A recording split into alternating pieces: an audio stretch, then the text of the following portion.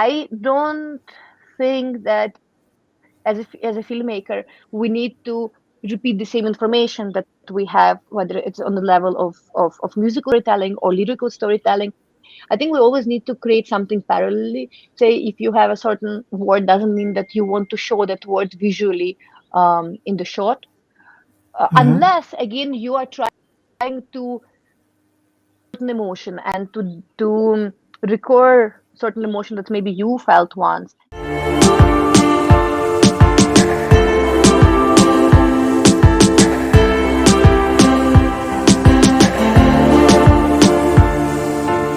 Do music videos also have a story? Do they also have a script?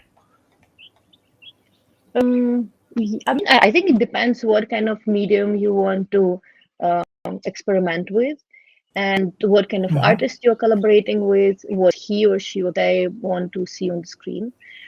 Um, of course, it can have a story. For example, Jugar right now has a lot of videos which has story, which has a very clear structure, classical structure. But I think it all depends on your vision as a director and um, as a musician. It can be just Mhm. abstract. It can be poetic. It can be just based on your associations. It depends what kind of feelings, music that you listen to occur to you, and then how you want to present it on the screen as a creator. How important are the lyrics? Once you've seen read the lyrics, do the lyrics also play an important role in visualizing the texture of the film, the entire visual rhythm of the film? I think it's very important, definitely for musicians. And usually they, when I pitch them the idea, they say, "Yeah, but the lyrics completely different." I don't think that as a filmmaker we need to repeat the same information that we have, whether it's on the level of musical storytelling or lyrical storytelling. I think we always need to create something parallelly. Say if you have a certain word, doesn't mean that you want to show that word visually in the shot, Mhm. unless again you are trying to certain emotion and to record certain emotion that maybe you felt once. Let's say we have one in Cold Mass but had. We have one when the line your toes touch mine.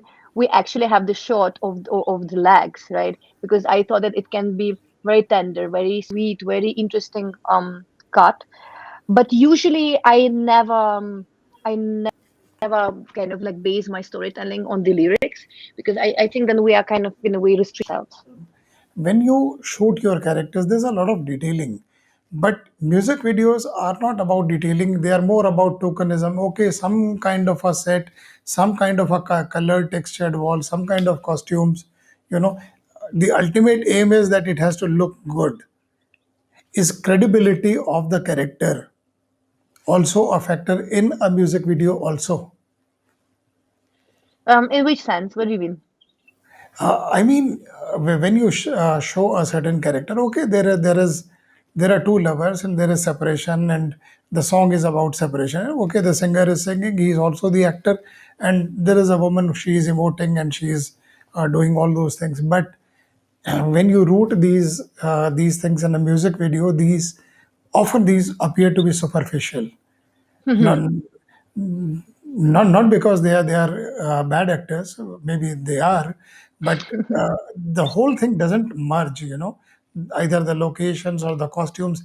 Why does it look superficial, and what can it be done to make it more authentic, more credible? No, I agree with you. I think it is all about detailing and about what we are putting, what kind of experience we're putting in it. Let's say there is a boy and a girl who are in love with each other, but they can't be together. This is a classical premise. But Mhm. why do you tell this premise? Have you ever experienced this yourself? If you have, then what are you bringing from your own experience? How do you want other people to relate? Because if we just create forums where we see these people who are running around and just traveling abroad and sulking, lying down in the bed, same short still can be treated in a way that all of us we can relate to, right? But that, as you said, will depend on locations, will depend on shot taking will depend on magnification. Are we going for the wide shot or the close up? Why are we in the wide here? Because to show her loneliness. Why are we going the close up here? Are we going the close up to show how, what's her inner kind of The inner world is emotion. yeah, inner emotion in the world experiencing in right now, and we want to be close to her, because if right now I'll come close, this is one emotion. Now this is completely different emotion. So playing around with that is also important, and just to be aware and question yourself as a director all the time, why I'm taking that shot. And even when you sit on the edit table, just see whether you feel something. Like usually this is my first check. If I smile, or if I feel that I'm welling up, so that my body and my mind responds to the things that we are creating, then I know audience might also respond. But if I don't respond, how can I expect audience to respond on that, right? But before you sit on the edit table, I think the same exercise can be done when you do short breakdown.